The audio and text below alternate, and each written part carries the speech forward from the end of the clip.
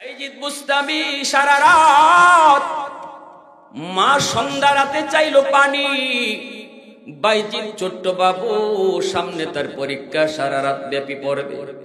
মা কয়, বাবা বাইজিদ, মারে একটু পানি খাওয়াও। বাইজিদ পানি আনতে আনতে মা ঘুমায় গেছে। এইবার ছোট্ট বাবু চিন্তায় পড়ে গেলেন, আমি কি এখন মার ঘুম ভাঙ্গাবো নাকি মার মাথার পাশে পানি নিয়ে দাঁড়িয়ে থাকবো? না না, মার ঘুম ভাঙানো যাবে না। মা ঘুমাইছে, মারে ডাক দিব না। আমি মাথার পাশে গ্লাসে পানি নিয়ে দাঁড়ায় থাকবো সারা রাত। মা যখন ঘুম ভাঙবে আমাকে আবার পানি চাইবে, তখন পানি দিব। শেষ রাত্রে মার ঘুম ভাঙলো। মা তাকায় দেখে ছোট্ট বাইজিদ মাথার পাশে গ্লাসে পানি নিয়ে দাঁড়ানো। এইবার মা কই, বাবা বাইজিদ,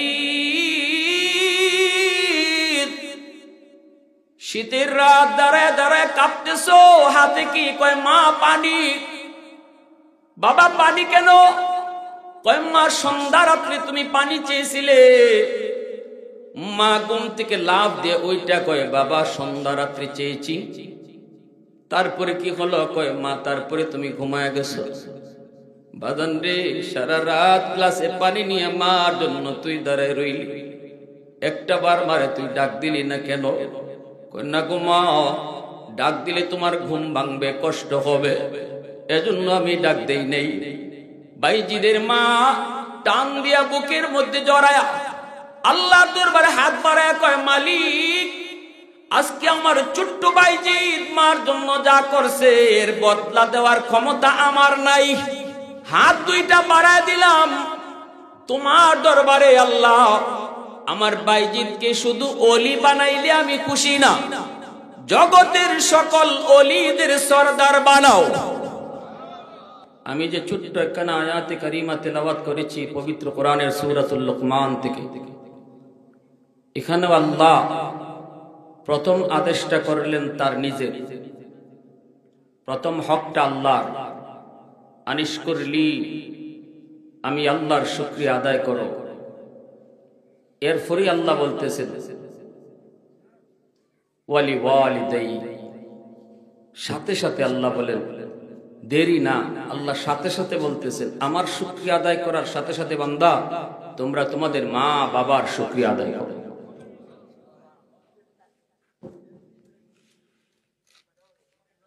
এতে করে মুফাসসিরিনে কেরাম তাফসীরে কিতাবে লিখছেন, আল্লাহর হকের পর বান্দার হক যা আছে, বান্দার হক বলতে আমরা যা বুঝি, ভাইয়ের হক, বোনের হক, বন্ধুর হক, প্রতিবেশীর হক, পাশের দোকানদারের হক, কলিকের হক, পাশের সিটে যে বসছে তার হক, যত প্রকারের বান্দার হক বলতে আমরা বুঝি, সমস্ত বান্দার হকের মধ্যে সবচেয়ে বড় হক হলো মা বাবার হক। বান্দার হকের মধ্যে, মানুষের হকের মধ্যে সবচেয়ে বড় হক হলো মা বাবার হক, সবার আগে বাপ মার হক। এজন্য আল্লাহ তার নিজের হকের পরপরই যখন মানুষের হক নিয়ে আলোচনা করবেন সাথে সাথে সবার আগে বাপ মার হকের কথা বলছেন।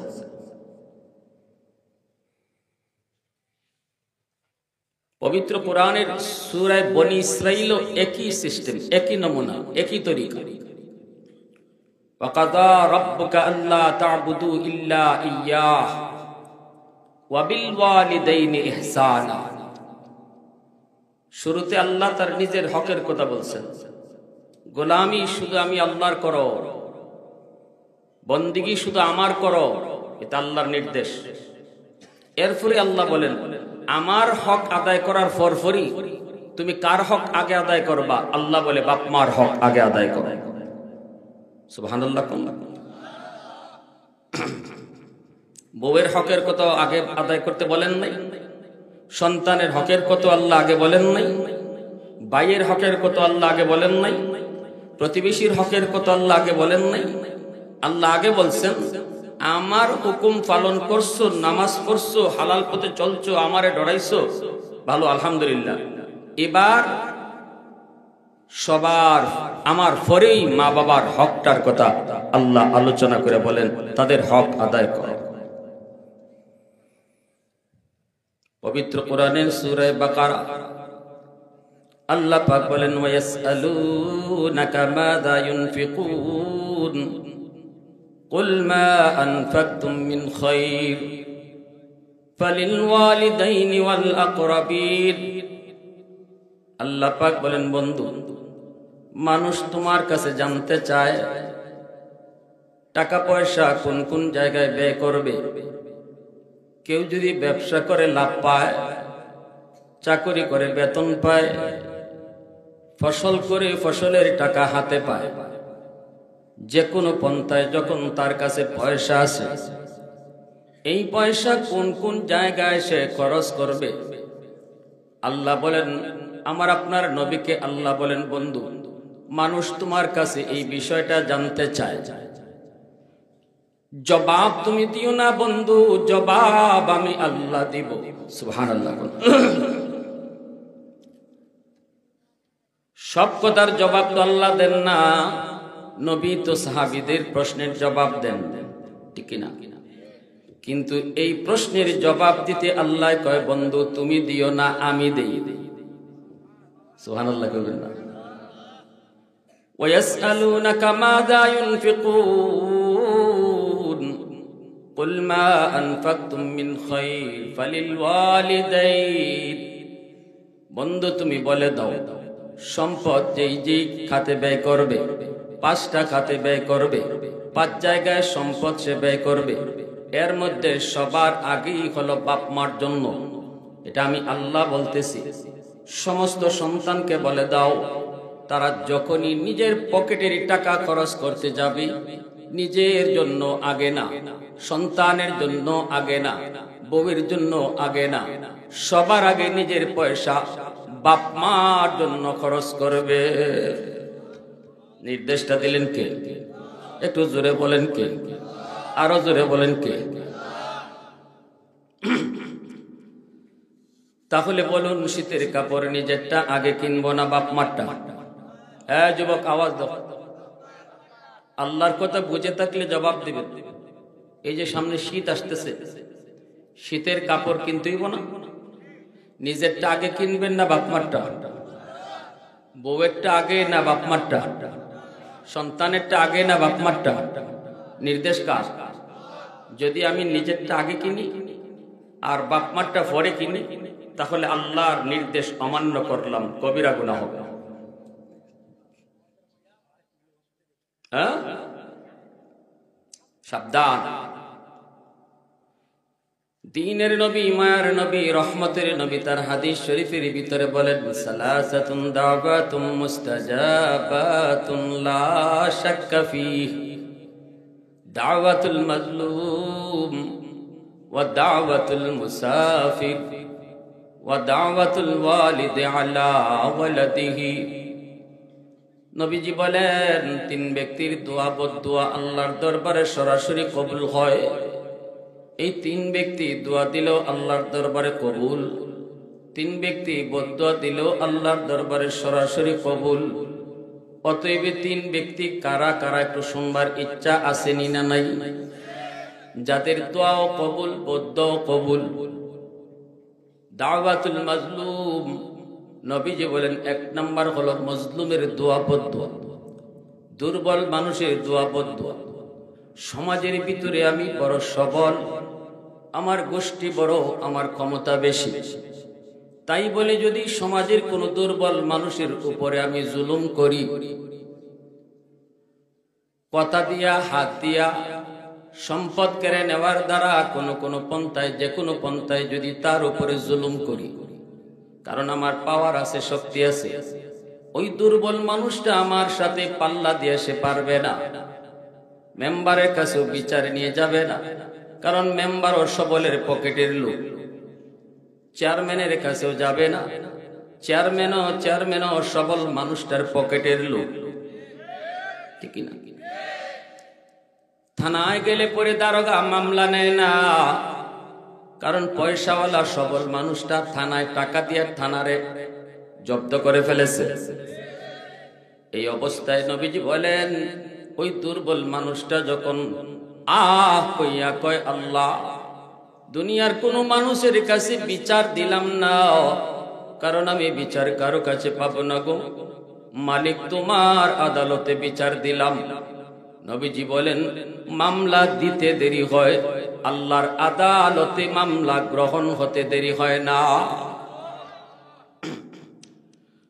দুনিয়ার আদালত সহজ, আল্লাহর আদালত বড় কঠিন। আল্লাহর আদালতে যদি কারো বিরুদ্ধে মানুষের মামলা থাকে, আল্লাহর আদালতে যদি দুর্বল মানুষের কোন মামলা তোমার আমার বিরুদ্ধে থাকে, রে যুবক, নামাজ দিয়ে কাম হবে না, রোজা দিয়েও পার পাবো না, হজ দেখায় কোনো কাম হবে না। আল্লাহ পাক বলবে, বান্দা, তোর নামাজ, তোর রোজা, তোর হজ, তোর যাকাত, লক্ষ লক্ষ টাকা মসজিদে দান, সব লইয়া তুই পরে জান্নাতে যা, আগে ওই দুর্বল মানুষটার মামলা ডিসমিস কর। সেদিন আল্লাহর আদালতে দুর্বলের কাছে মাপ চাইলেও দুর্বল মাপ দিবে না, ঠিক কিনা? কারণ হাসরের ময়দান মাপ চাওয়ার জায়গা নয়, হাসরের ময়দান ক্ষমা করে দেওয়ার জায়গা নয়, হাসরের ময়দান দরদ দেখাইবার জায়গা নয়। দুনিয়া হলো মাপ চাওয়ার জায়গা, দুনিয়া হলো দরদ দেখাইবার জায়গা। হাসরের মাঠে কেউ কাউকে দরদ দেখাবে না, বিন্দু পরিমাণ ছাড় দিবে না। অতএব বুদ্ধিমান কখনো মানুষের মামলা লইয়া আল্লাহর আদালতে যাবে না, বরং দুনিয়াতেই মানুষের মামলা ডিসমিস করবে। বুদ্ধিমান যারা, এখন তো নামাজ কাজা হইছে, আল্লাহ মাফ করে দিবে, কারণ এটা আল্লাহর হক। কিন্তু কারো উপরে জুলুম করছি, কাউরে অন্যায়ভাবে কষ্ট দিছি, সে হোক আমার ঘরের লোকই, আমার আদরের বউটাই হোক, আমার বউটা আমার ঘরে সবচেয়ে দুর্বল, যারে আমি বউ বানায় আনলাম সে তো এই ঘরের কেউ ছিল না, এখানে আপন বলতে তার কেউ নাই, মা বাবা ভাই বোন আপনজন সব ছেড়ে স্বামীর হাত ধরে অচেনা জায়গায় এসেছে। এই ঘরের মানুষগুলি কেমন সে জানে না। এই ঘরের মধ্যে বউটা হলো সবচেয়ে দুর্বল। আমি স্বামী যদি তারে বকা দেই, আমি স্বামী যদি তারে মারি, আমি স্বামী যদি তার সাথে খারাপ আচরণ করি, সে এই দুঃখটা এই ঘরের কারো কাছে বলার মতো নাই, কারণ সবাই স্বামীর লোক, ঠিক কিনা? হ্যাঁ,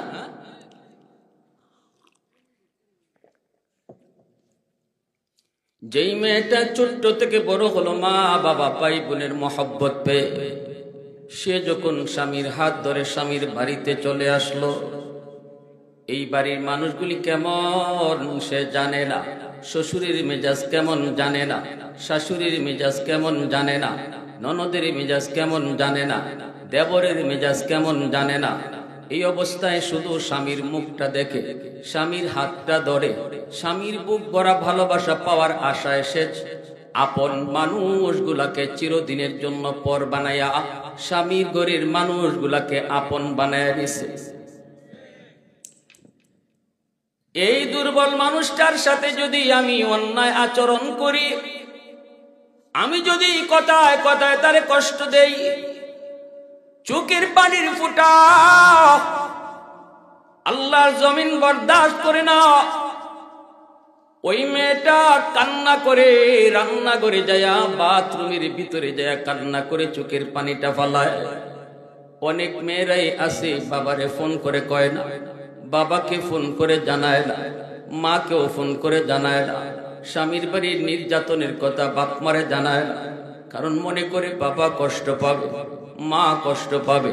পৃথিবীতে বাপ মার কাছে সবচেয়ে সুখের সংবাদ হলো তোমার মেয়েটা স্বামীর ঘরে বড় সুখে আছে। পৃথিবীতে মা বাবার কাছে সবচেয়ে বড় কষ্টের সংবাদ হলো তোমার মেয়েটা স্বামীর ঘরে বড় কষ্টে আছে। এজন্য কোন মেয়ে স্বামীর বাড়ির নির্যাতনের কথা সহজে বাপ মারে বলতে চায় না, চোখের পানিটা ফালায়, কেউ দেখে না, কেউ দেখায় ফালায় না। কিন্তু যুবক মনে রাখো, আমার নবী কয় এই পানির ফুটাটা এত গরম, এই চোখের পানির ফুটা এত গরম মাটি বরদাস্ত করে না। আল্লাহর আদালতের ফাইলে গিয়ে জমা হয়। কিয়ামতের মাঠে আল্লাহ কইব, বান্দা জীবনে 10 বার হজ করেছো, জীবনে লক্ষ টাকা মসজিদ মাদ্রাসায় দান করেছো, কিন্তু তোমার বিরুদ্ধে তোমার ঘরের দুর্বল একটা মানুষ, তোমার বিবির মামলা রয়েছে আমি আল্লাহর আদালতে। এই মামলা তুমি ডিসমিস করো, তারপরে জান্নাতে যাও। সেদিন আদরের স্ত্রী স্বামীকে বিন্দু পরিমাণ মায়া দেখাবে না। স্বামী যদি হাত জোর করে মাপ চায়, মাপ দিবে না। এজন্যই নবীজি বলেন, সাবধান, দুর্বলের আহাজারি লইয়া কেউ কবরে যায় না। মরার আগে আগে দুর্বল মানুষ কাউকে যদি কষ্ট দিয়ে থাকো, হাত জোর করে তার কাছ থেকে দুনিয়াতেই মাপ চেয়ে নাও।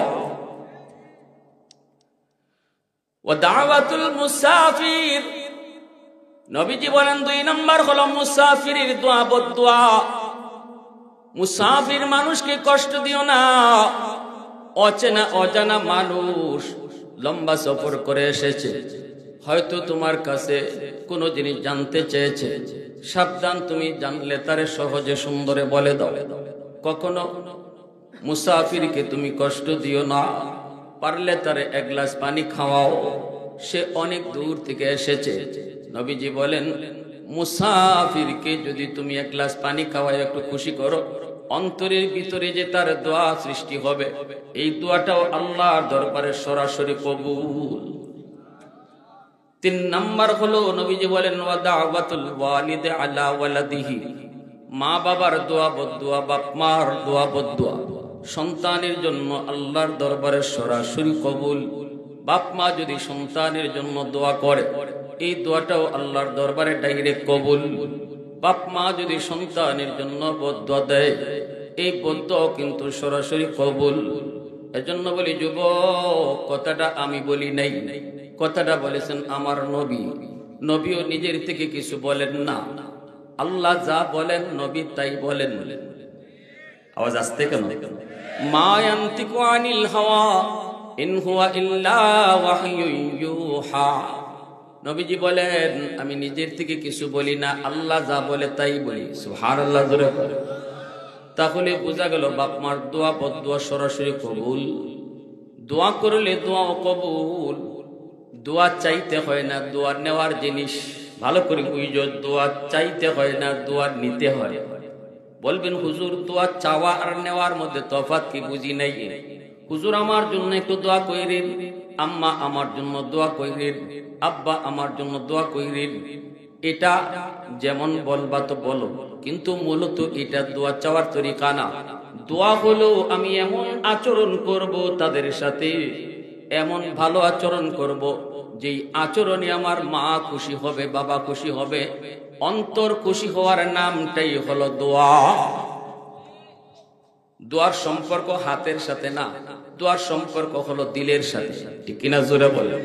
হ্যাঁ, ইমাম সাহেবরে আপনি কষ্ট দেন, ইমাম সাহেবরে আপনি প্রতিনিয়ত কষ্ট দেন, অথবা কোনো আলেমকে আপনি কষ্ট দেন, তার বিরোধিতা করেন, ঠেকায় পড়ে কোনোদিন কইলেন, হুজুর আমার বাড়ি থেকে দাওয়াত খাইতে আইনা কইলেন, হুজুর একটু দোয়া করেন। হুজুর আপনারে দোয়া করলো, 14 গোষ্ঠী সহ সব জান্নাতে পাঠাইয়া দিল। এই যে হাত উঠে দোয়া করলো, দিলের ভিতরে তার কষ্ট, কারণ সে জানে আপনি তারে অনেক কষ্ট দেন, আপনি তার বিরুদ্ধে অনেক কথা বলেন। এই হাত উঠে যতই দোয়া করুক, এই দোয়া কবুল হবে না, বরং দিলের ভিতরে যেই ব্যথাটা আছে এটাই আল্লাহর কাছে গিয়ে পৌঁছে। ভালো করে বুঝে, রুল বলতেছে। এজন্য বলি, মা বাবা, বড় পীর আব্দুল কাদের জিলানী, মঈনুদ্দিন চিশতির মতো আল্লাহর ওলি, তোমার আমার বাড়িতে যদি দাওয়াত খায়, 1 জন 2 জন নয়, 100 জন আব্দুল কাদের জিলানী যদি তোমার বাড়িতে দাওয়াত খাওয়াও আর হাতুড়ে দোয়া করতে বলো, এই দোয়া কবুল হবে কি হবে না কোনো গ্যারান্টি নাই। কিন্তু আমার নবী বলেন, পাশের রুমে মা যদি আল্লাহ আমার সন্তানকে তুমি কবুল করো, ওই মার দোয়া আল্লাহর দরবারে কবুল হয়ে যাবে। মঈনুদ্দিন চিশতির দোয়া কবুল হবে কি হবে না গ্যারান্টি নাই, কিন্তু বাবার দোয়া কবুল হবে এর গ্যারান্টি দিয়েছেন মায়ার নবী। কোন সন্দেহ আছে? আমার নবীর কথায় কোন সন্দেহ আছে? আর একটু জোরে বলেন, সন্দেহ আছে? তাহলে যার দোয়া নিলে পরে, যার দোয়া আল্লাহর দরবারে কবুল, তার দোয়া নেওয়ার চিন্তা তুমি করলা না, তার দোয়া নেওয়ার চিন্তা করলা না, তারে খুশি করার চিন্তা তুমি করলা না, তার দিল জয় করার চিন্তা তুমি করলা না। তামাম দুনিয়ার সমস্ত মানুষের মন যদি তুমি জয় করে নাও, সবাই যদি দোয়া করে, সবাই যদি তোমারে ভালো করে, আর মার কলিজায় যদি ব্যথা থাকে, বাবার কলিজায় যদি ব্যথা থাকে, আল্লাহ কয় বাপ মায় যদি তোরে ভালো না কয়, দুনিয়ার সব মানুষে ভালো কইলো, আমি আল্লাহ তোরে ভালো বলি না। মা বাবা যদি তোমাকে ভালো না কয়, আল্লাহ বলে আমিও তোরে ভালো কই না। এবার সারা দুনিয়ার মানুষে তোরে ভালো কয়। কি ভাই?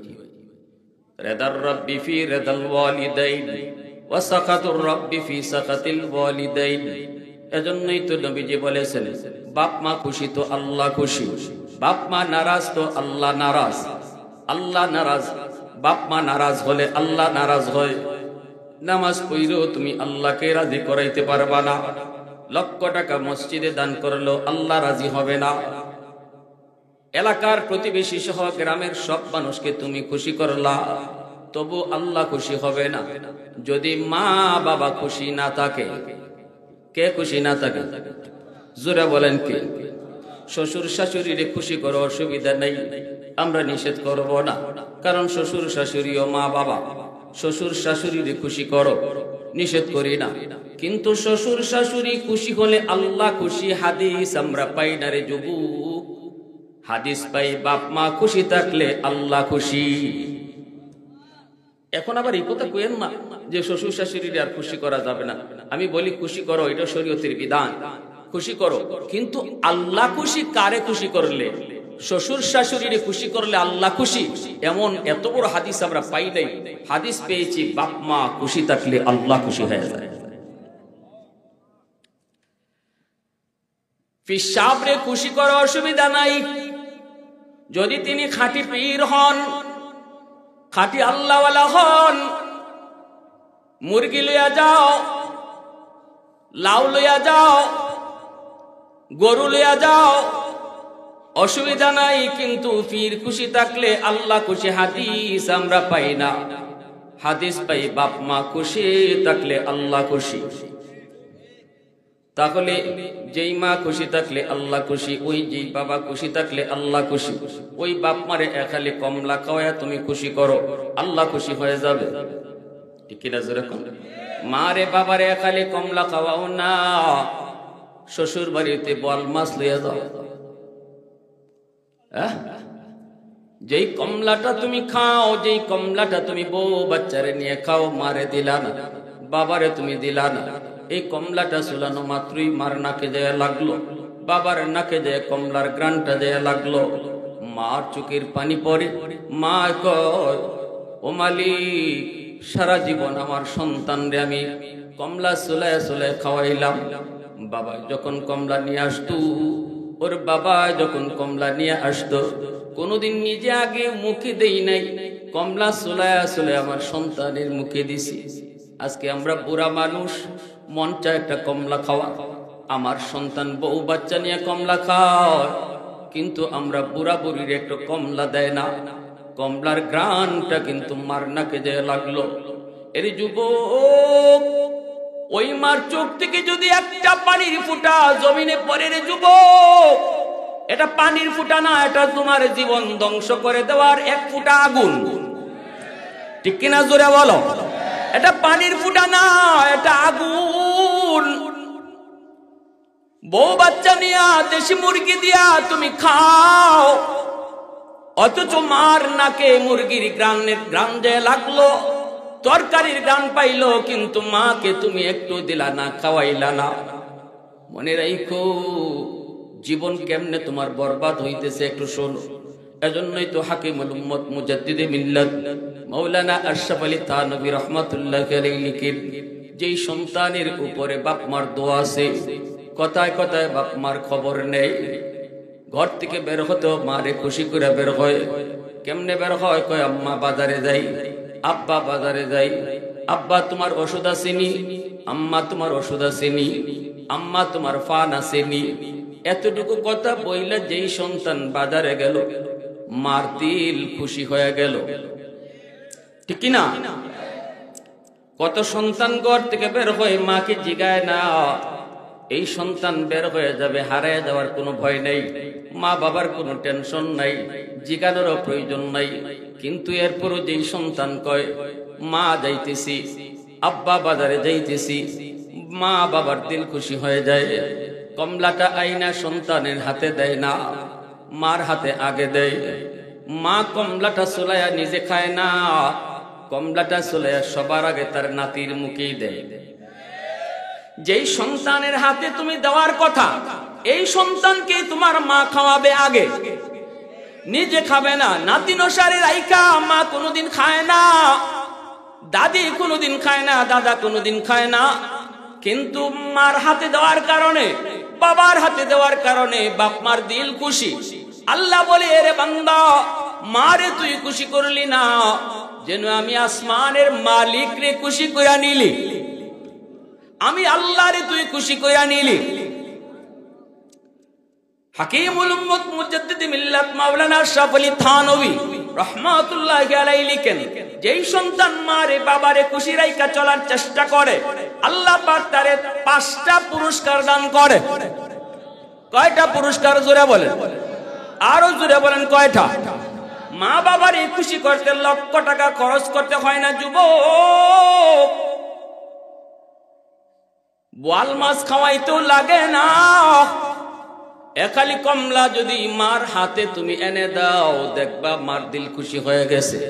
মুখ বইরা তুমি আম্মা কয়া ডাক দাও, মুখ বইরা আব্বা কয়া ডাক দাও, বাপ মার দিল খুশি হয়ে গেছে। যেই সন্তান বেশি বেশি আম্মারে আম্মা কয়া ডাকে, যেই সন্তান বাবারে আব্বা কয়া বেশি বেশি ডাকে, এই সন্তানের ডাকের কারণে বাপ মা খুশি থাকে। অনেক সন্তান বড় হওয়ার পর আর আম্মাকে আম্মা কয়া ডাকতে চায় না, আব্বারে আব্বা কয়া ডাকতে চায় না, অথচ মার দিলটা কাঁকা করে, সন্তান আমাকে আম্মা কয়া ডাক দিবে। কারণ সন্তান যত বড়ই হোক না কেন রে যুবক, সন্তান কোনোদিন বাপ মার কাছে বড় হয় না, সর্বদা সন্তান বাপ মার কাছে ছোটই থাকে। মুখ বইরা আম্মা কয়া ডাক দাও, মুখ বরে আব্বা কয়া ডাক দিলে পরে বাপ মার দিল খুশি। হাকিমুল উম্মত মুজাদ্দিদ মিল্লাত মাওলানা আশরাফ আলী থানভী বলেন, 1 নাম্বার পুরস্কার হলো আল্লাহ তোমার হায়াত লম্বা কইরা দিবে। আল্লাহ তোমার লম্বা হায়াত বাড়ায় দিবে। কারণ মা বাবা সবার আগে সন্তানের জন্য যেই দোয়াটা করে, সেই দোয়াটা হলো আল্লাহ আমার সন্তানরে তুমি লম্বা হায়াত দাও, ঠিক কিনা? জোরে বলে। সন্তান যদি অসুস্থ হয়, বউ পাশে বৈশা কাঁদবে, আর এই কথাই বলবে, আল্লাহ আমার স্বামী যদি মারা যায়, কে আমাকে পালবে, কে আমারে খাওয়াবে, কে আমাকে এই জিনিস এনে দিবে, কে ওইটা এনে দিবে, সন্তান রেখে লেখাপড়া করাবে।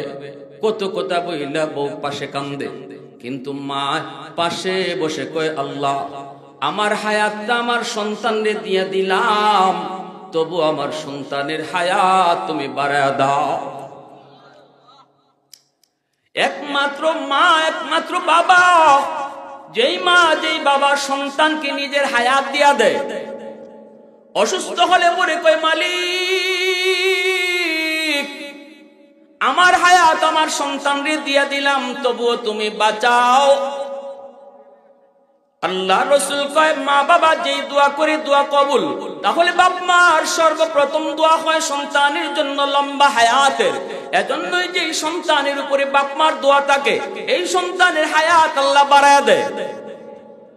সুবহানাল্লাহ, জোরে কও। এই সন্তানের হায়াত আল্লাহ বাড়ায়া দেয়। 2 নাম্বার হাকিমুল উম্মত বলেন, যেই সন্তানের উপরে তার মা তার বাবার দোয়া থাকে, এই সন্তানকে আল্লাহ পাক বিপদ আপদ থেকে আল্লাহ হেফাজত করে, বিপদ আপদ থেকে হেফাজত করে। ঘর থেকে বের হয়েছ তুমি, হাওড়ে যাইবা, এই অবস্থায় তোমার কপালে লেখা হয়ে গেছে একটা টাটা পড়ব তোমার মাথার উপরে। ওই অবস্থায় মায়ার নবী বলেন, লেখা ছিল টাটা পড়ে তুমি মরার, লেখা ছিল তোমার অ্যাক্সিডেন্ট হইয়া আহত হওয়ার। কিন্তু যদি মার দোয়া বাবার দোয়া তোমার পিছনে থাকে রে যুবক, হাকিমুল উম্মত বলেন ওই মা বাবার দোয়ার কারণে আল্লাহ পাক এই নগদ বিপদটাকে আল্লাহ কেটে দিবে। একটু আওয়াজ দেয়া করুন না সুবহানাল্লাহ, আর একটু জোরে করুন সুবহানাল্লাহ। এই যুবক একটু আওয়াজ দাও। ঘর থেকে বের হওয়ার সময় বাপ মার দোয়া নিয়ে বের হওয়ার দরকার আছে না নাই? কারণ আমি আবার নিরাপদে ঘরে ফিরবো এর কোনো গ্যারান্টি নাই, কোনো গ্যারান্টি নাই। গাড়ির তলে পড়ে মরবো নাকি টাটা ফেরা মরবো নাকি পানিতে ডুইবে মরবো, কেউ জানে না কখন কোন বিপদ আমার কপালে আসে। আল্লাহ পাক রব্বুল আলামিন মা বাবার দোয়ার উসিলায় আল্লাহ বিপদ কেটে দেয়। 3 নাম্বার পুরস্কার হলো যেই সন্তানের পিছনে মা বাবার দোয়া থাকে এই সন্তানকে আল্লাহ পাক সম্মান, দুনিয়াতে সম্মানের চেয়ারে বসায়। এই জমিনে যত মানুষ সম্মানী হয়েছে, ইজ্জতওয়ালা হয়েছে, সবার পিছনেই মা বাবার দোয়া ছিল। কারণ মা বাবার দ্বিতীয় দোয়াটা হলো, আল্লাহ আমার সন্তানদের তুমি বাদশা বানাও, আমার সন্তানদের তুমি ওলি বানাও। এই দোয়াটাই বাপ মা বেশি করে, ঠিক না? এজন্য মা বাবার দোয়া যেই সন্তানের পিছনে থাকে 3 নাম্বার পুরস্কার আল্লাহ তার সম্মানের চেয়ারে বসায়। ইমাম বুখারী মার দোয়ার কারণে বুখারী হয়েছেন। আল্লাহু আকবার, জোরে বলেন। বাইজিদ বুস্তামি সারা রাত মা সন্ধ্যা রাতে চাইলো পানি। বাইজিদ ছোট্ট বাবু, সামনে তার পরীক্ষা, সারা রাত ব্যাপী পড়বে। মা কয়, বাবা বাইজিদ মারে একটু পানি খাওয়াও। বাইজিদ পানি আনতে আনতে মা ঘুমায় গেছে। এইবার ছোট্ট বাবু চিন্তায় পড়ে গেলেন, আমি কি এখন মার ঘুম ভাঙ্গাবো নাকি মার মাথার পাশে পানি নিয়ে দাঁড়িয়ে থাকবো? না না, মার ঘুম ভাঙানো যাবে না। মা ঘুমাইছে, মারে ডাক দিব না। আমি মাথার পাশে গ্লাসে পানি নিয়ে দাঁড়ায় থাকবো সারা রাত। মা যখন ঘুম ভাঙবে আমাকে আবার পানি চাইবে, তখন পানি দিব। শেষ রাত্রে মার ঘুম ভাঙলো, মা তাকায় দেখে ছোট্ট বাইজিদ মাথার পাশে গ্লাসে পানি নিয়ে দাঁড়ানো। এইবার মা কই, বাবা বাইজিদ শীতের রাত দাঁড়ায় দাঁড়ায় কাঁপতেছো, হাতে কি? কয় মা পানি। বাবা পানি কেন? কয় মা সন্ধ্যা রাত্রে তুমি পানি চেয়েছিলে। মা ঘুম থেকে লাফ দিয়ে ওইটা কয়, বাবা সন্ধ্যা রাত্রে চেয়েছি, তারপরে কি হলো? কয় মা তারপরে তুমি ঘুমায় গেছো। বাদান রে, সারা রাত গ্লাসে পানি নিয়ে মার জন্য তুই দাঁড়ায় রইলি, একটা বার মারে তুই ডাক দিলি না কেন? কয় না গো মা, ডাক দিলে তোমার ঘুম ভাঙবে, কষ্ট হবে, এজন্য আমি ডাক দেই নেই। বাইজিদের মা টান দিয়া বুকের মধ্যে জড়ায়া আল্লাহর দরবারে হাত বাড়ায় কয়, মালিক আজকে আমার ছোট্ট বাইজিদ মার জন্য যা করছে এর বদলা দেওয়ার ক্ষমতা আমার নাই। হাত দুইটা বাড়ায় দিলাম তোমার দরবারে, আল্লাহ আমার বাইজিদকে শুধু ওলি বানাইলে আমি খুশি না, জগতের সকল ওলিদের সরদার বানাও।